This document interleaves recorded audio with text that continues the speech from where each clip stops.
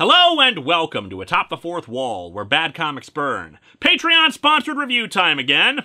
As you may have noticed over the last few years, Marvel and DC are in the middle of a pissing match. This didn't start with the movie universe, as you understand. This has been going on for almost 2 decades now, with both sides growing increasingly obsessed with gaining dominance over the industry, trying to figure out what it is about the competition's work that will get them to have the biggest market share. Whether it's creating stories that they think the other side would tell, or trying to relaunch everything with new #1s because the distinguished competition had a big relaunch, the point is that the leadership of both sides now pretty much hate the other. That's not to say that individual creators don't want to do crossovers between these two companies. Remember that all these people are fans of comics themselves, and they love the chance to work with their favorite characters. But as long as the two companies continue to see who can be the biggest dick, there ain't gonna be another crossover anytime soon. For crying out loud, Star Trek has had more crossovers since 2004 than Marvel and DC have had, and one of those was with Planet of the Apes! However, back in the 80s and 90s, crossovers were a bit more common after the Superman and Spider-Man one I reviewed a couple of years ago.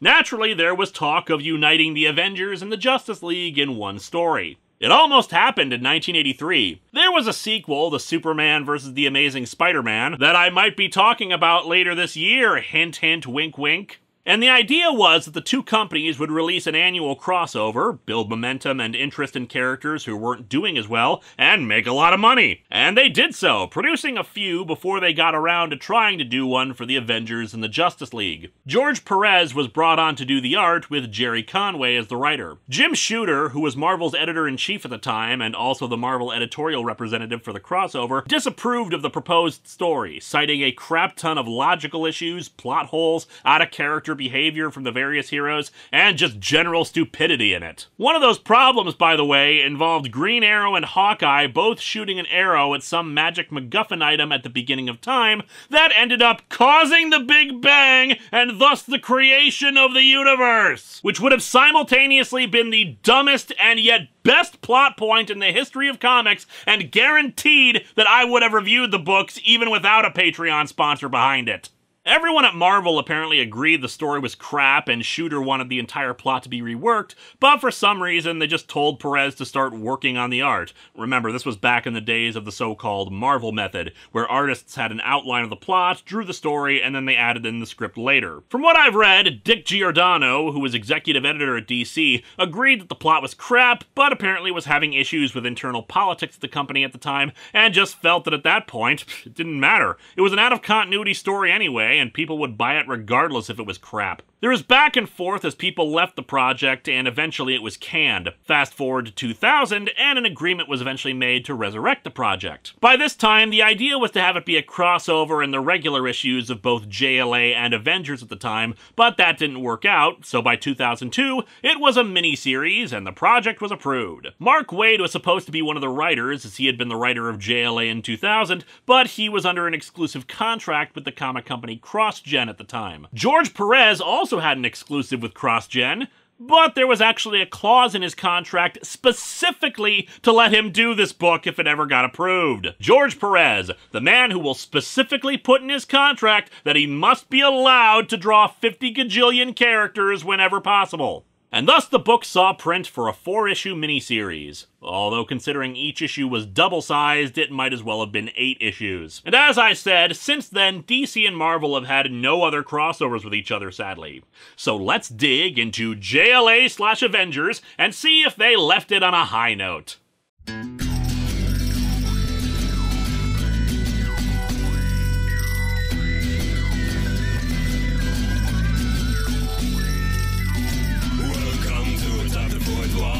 Where bad comics burn. Linkara's gonna teach you all a lesson you won't learn. Brodsky, you're not the smartest. Life out, you're not an artist. Anyone who's had a bad comic published, it could be your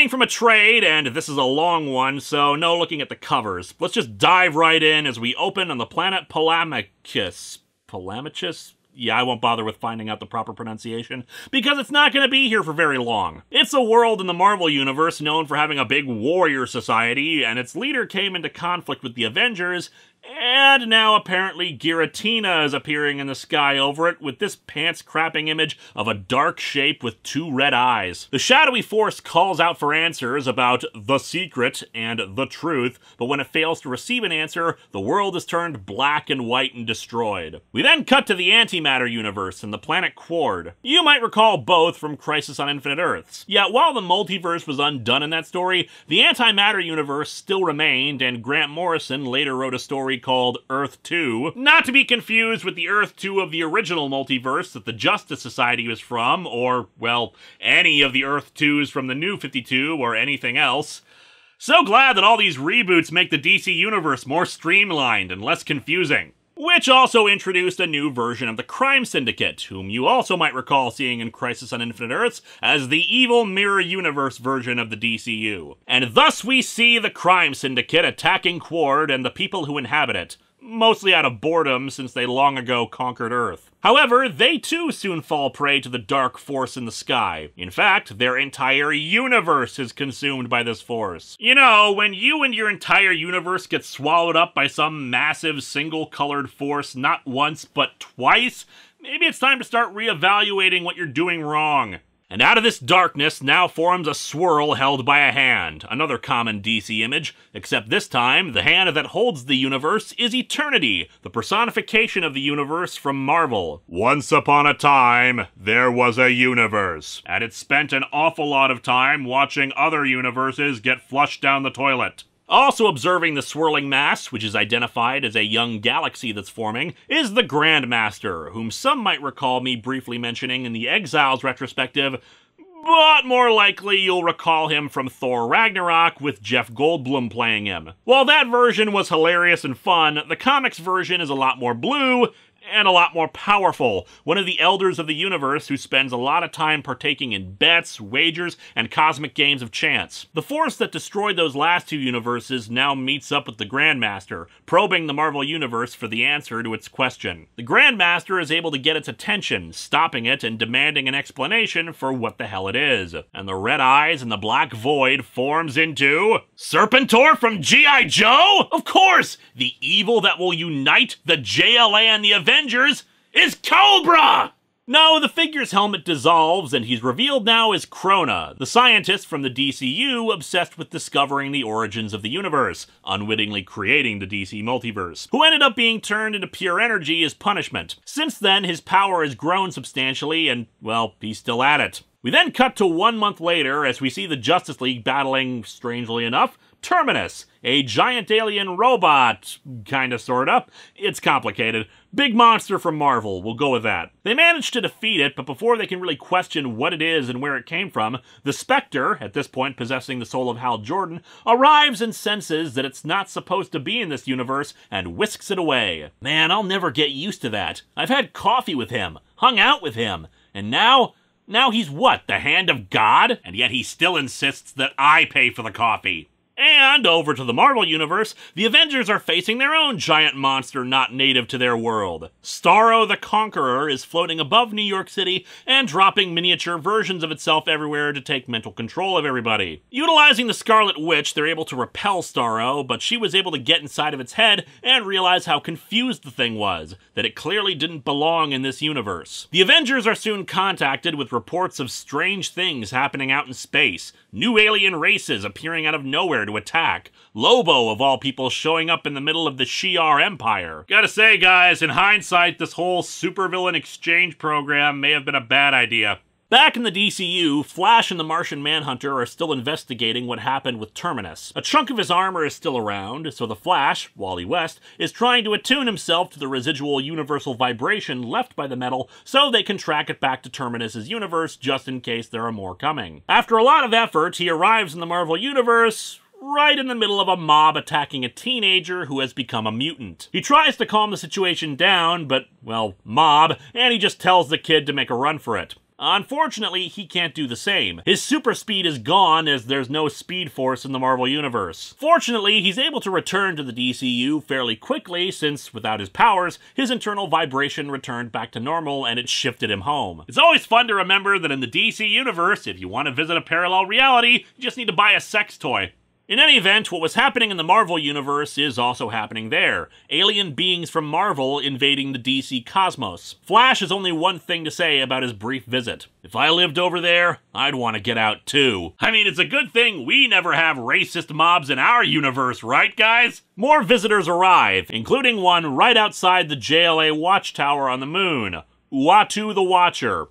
Heh, cute. However, a more important visitor soon arrives, the Grandmaster. Jean can't read his mind, a problem he's been having with all the Marvel arrivals, but the Grandmaster agrees to hold the lasso of truth so they can confirm what he has to say. He says that the barrier between their two worlds has been deliberately weakened and the strain is beginning to tear both realities apart. Their only hope of stopping it is by assembling 12 items. Well, I say 12, but some of the items are actually multiple items. For instance, the bell, the wheel, and the jar here, all together, are magical DC relics associated with creatures known as the Demons 3. And there's also the 6 Infinity Gems all together as one object. Other items include the Ultimate Nullifier, the Green Lantern Power Battery, the Psycho Pirate's Medusa Mask, you get the idea. Any one of these items is dangerous enough, but the Grandmaster claims that they need all of them together or countless billions will die. Both Batman and the Martian Manhunter are skeptical, but he says he's told them all that he intends to, placing in their minds the current locations of all the artifacts. And warns them that others will be seeking the items too. I don't like it! Doing something we don't understand just because someone tells us to? I mean, it's not like when I told Robin to eat rats in the Batcave. That lesson was pretty easy to understand. Still, they have nothing else to go on, so that's that. The JLA heads over to the Marvel Universe first. For some reason, you'd think they'd want to collect the stuff from their universe first. Anyway, the Flash stays behind since his powers won't work there. Our old great disaster-stopping pal Ray Palmer going in his place. In the Marvel Universe, the Avengers have put a call in for all their reserve members to come help while Iron Man and the Wasp set up a kind of interdimensional warning system to try to inform them when the next incursion will occur. And that incursion happens as the JLA arrive and split up to do reconnaissance. We see their reactions to various things in the Marvel Universe. Aquaman pissed at how Dr. Doom runs Latveria, Wonder Woman and the Martian Manhunter disgusted at the mass slaughter of mutants in Genosha, Superman pissed that nobody is trying to stop a rampage by the Hulk, and even Batman, despite continually telling everyone to not get involved in this universe, is moved to stop the Punisher from killing a bunch of drug dealers. I mean, could you imagine me meeting someone like that in Gotham? I certainly wouldn't let them just walk away. I'm not wearing hockey pads! The team reunites at the site of the first artifact, where Superman suddenly seems to lose it. This world! It's lush! It's alive! There are heroes here too! From what we've discovered, how can they allow this? How can they stand for it? Don't they care? Those problems are over there! And we need to do something about over there! Anyone else think Superman's acting a little weird? Indeed, everyone else is a little weirded out by how passionate he is. I mean, hell, he wasn't even the one at the Genoshan massacre site. But they just figure they'll get the artifact and move on. And, of course, they have to contend with some giant monsters while Batman retrieves the artifact, the Ultimate Nullifier. For those unfamiliar, the Ultimate Nullifier is a devastatingly powerful weapon in the Marvel Universe. Even Galactus is afraid of it. It is capable of annihilating anything it targets, and its only limit on that target is the person who wields it. A sufficiently strong enough intellect could destroy an entire universe with it, a fact that the Martian Manhunter senses. Before they can do anything with it, though, Hawkeye's arrow shoots the Nullifier away from the JLA, the Avengers having now arrived. However, before the two groups can officially meet, Wonder Woman retrieves the Nullifier, and Iron Man uses a device to teleport them back to the DC Universe, much to their confusion. Superman is still fuming, believing them to definitely be the Marvel Universe's heroes, and he was unimpressed by them. Back in the Marvel Universe, Vision detects someone else nearby watching them, but before they can attack, the Avengers are suspended in a force field. By Metron of the New Gods. Good afternoon, Captain America. You are right to be cautious, but this is not a trap. I merely wish to speak to you without undue excitement. I would like to tell you about an exciting new timeshare opportunity. You know, Metron is the wisest of all the new gods because he's the one traveling around in the comfiest of all chairs. Anyway, he informs the Avengers that the JLA are after the 12 powerful objects and that they need to be opposed lest their universe die. However, we also see that Ray Palmer was left behind when the JLA were teleported away. Ha! I'll take on the Avengers myself! I'm Ray Palmer! Welcome to pain! Nah, he just observes all this. Thor breaks free from the force field and demands to know how they can find the JLA. Skip it, Thor. I'm sure he's taken a vow of mystery or something. These types always do. Just don't take a vow of inebriation like I did once. Some asshole on the internet will end up doing a drunk voice for you for all your early comics. Iron Man tries to track the JLA, but Metron just hands over a mother box to them to help and vanishes. Vision is a little skeptical of all this, but they decide to go with it, Cap calling the Wasp at Avengers Mansion to tell them what's going on. Iron Man, can you analyze that gadget? Is it any use? I don't think it's a gadget, Cap. She's more alive. She's speaking to me through my armor. Through my heart. She says she wants to meet the android of me from my wedding? What?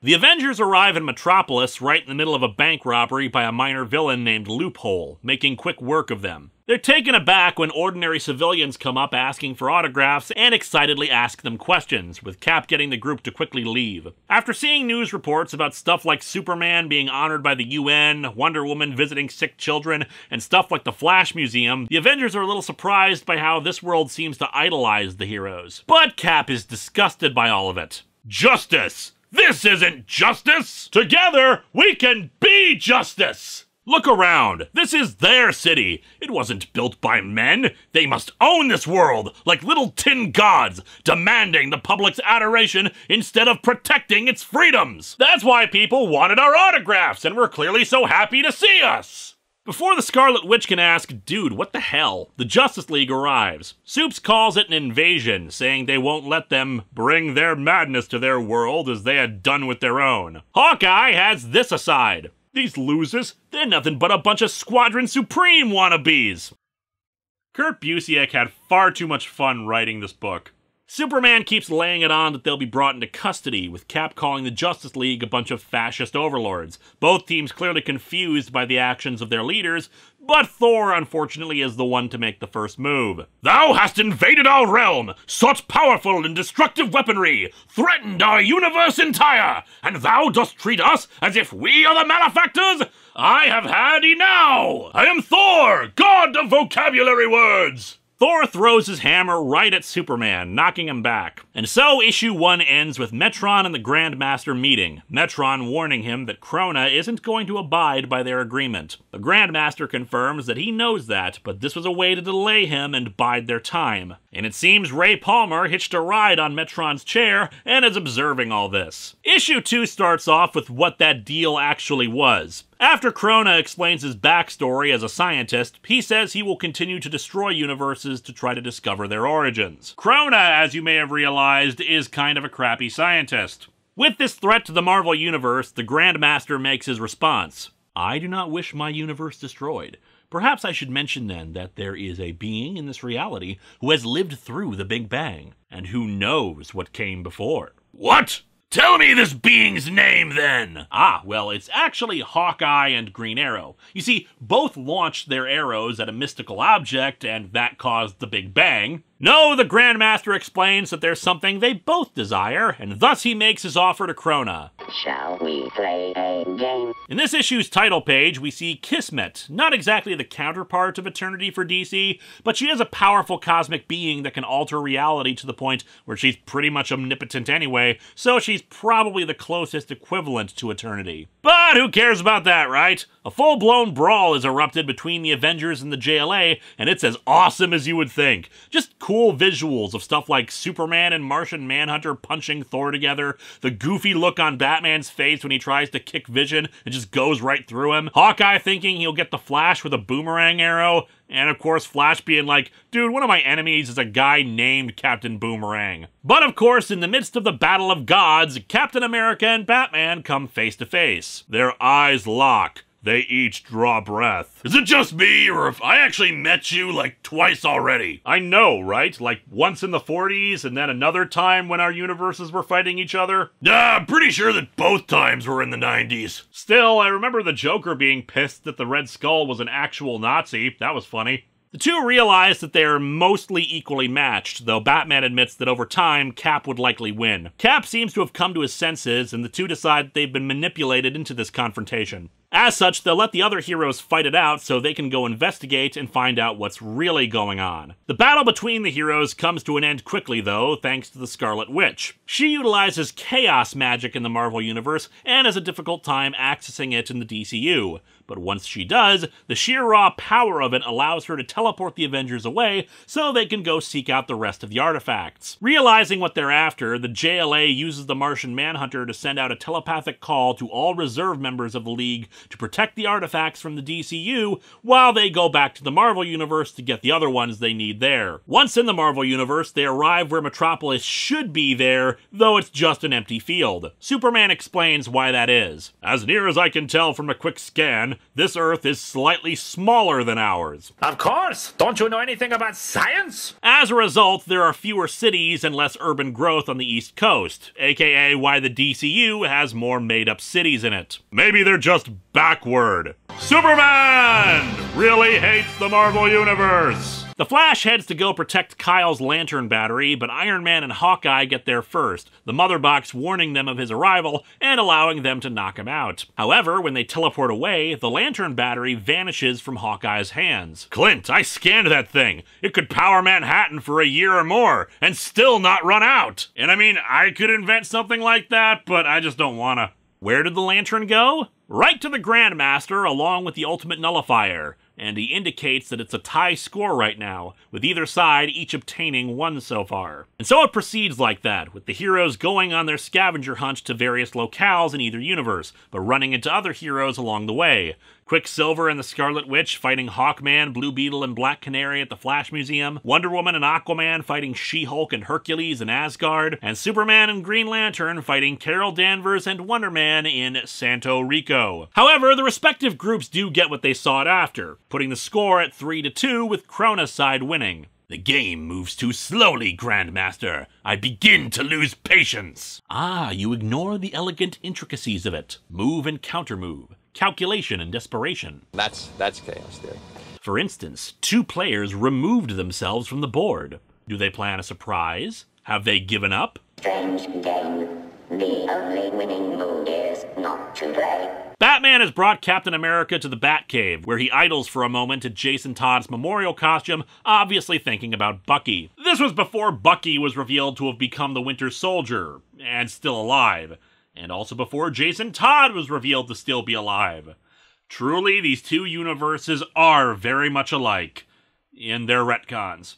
The two compare notes about the Grandmaster and Metron, though Batman, of course, notes that this isn't really like Metron at all. Speaking of, we cut to Metron as he's studying the being that the Grandmaster admitted had seen the Big Bang. Galactus, seen here in the middle of his spa day as he takes a relaxing bath in the lava of a world he's consuming. Back to Cap and Bats, Cap reveals that they set some wheels in motion before they left the Marvel Universe, having Ben Grimm and the Fantastic Four secure a time bike they can use to try to track Metron and investigate further. We then get a nice mirrored 2 pages, with the Avengers in the Himalayas hunting for another object, Quicksilver trying to access the Speed Force, and Iron Man trying to find new features of the Mother Box, where we also see that the chaos magic that Scarlet Witch has tapped into is really not agreeing with her, while on the JLA Watchtower, the DC heroes are prepping for their next confrontation. Zatanna tracking the Scarlet Witch through her use of the magics, while Steel rigs up a device that will allow the Flash to store up Speed Force energy should he need to go to the Marvel Universe. And it goes on like that with multiple confrontations. Vision and Thor fighting the Red Tornado in Happy Harbor, Rhode Island,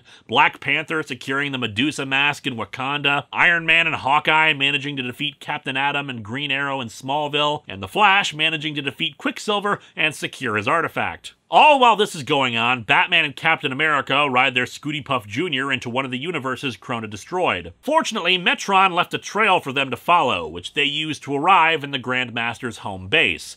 which is suitably impressive and filled to the brim with galactic representations of games pitting Marvel and DC against each other. I especially love the little slot machine with both Thanos and the Guardians of the Universe on it. I've fought men with this kind of compulsion before, but never with this scope. If one face ever got a hold of this power, by God! The Atom meets up with them and leads them to a console that's been recording everything that's happened. After witnessing Superman bad-mouthing the Marvel Universe again, so it seems like they've just got to fight amazingly hard just to keep things on an even keel. Maybe they may need to fight harder than we do, but it's clear they're not fighting hard enough. Ugh, Superman, we get it! You like your cinematic universe more! They skip back to the initial conversation between Krona and the Grandmaster. The deal was simple. If Krona wins the scavenger hunt, the Grandmaster will take him to Galactus and force the secrets out of him even if it destroys the universe. But if the Grandmaster wins, Krona has to leave and seek answers elsewhere. Krona figures,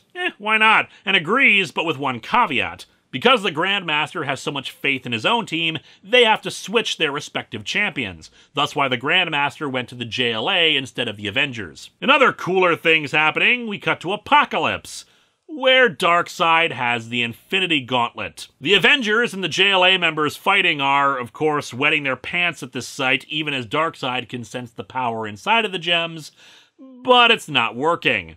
Desaad, Darkseid's resident scientist/torturer/dirty old man, explains that based on his scans, the gems don't work in the DC universe. Then this is a waste of my time. Ugh, there goes my whole weekend.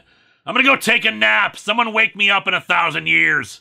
Flash manages to get the gauntlet before they're all teleported away again, putting the score at 6-5 in favor of the JLA. And suddenly, both respective forces find themselves in the Savage Land staring at the final item, the Cosmic Cube, a reality-warping device from the Marvel Universe that basically grants the desires of whoever holds it. Eventually, there's a little game of keep-away between the teams as each manages to get a hold of it for a bit, finally Marvel getting it, ending the competition in a draw. At least until Captain America and Batman arrive, with Cap deflecting the cube away from Quicksilver so that Batman can grab it, thus putting the score over to DC, and the Grandmaster can win. Cap even has to tell the Avengers to stand down. The Grandmaster tells Krona to piss off, but he's a sore loser and attacks him as predicted. Cap and Batman tell their respective teams to go after Krona, but they're too late. Krona is able to scan the Grandmaster's mind and learn of Galactus, actually summoning him to their location. Tell me the truth! Tell me your secrets! No mortal shall know of Galactus's secret crushes! Galactus, of course, refuses, but Krona just starts tearing him apart. The heroes can't get past Krona's energy barriers, but that's when the Grandmaster plays his hand. The game wasn't really about which side would win, but all these powerful items gathered together are all in his hands, and he uses them to start twisting reality, ending issue 2.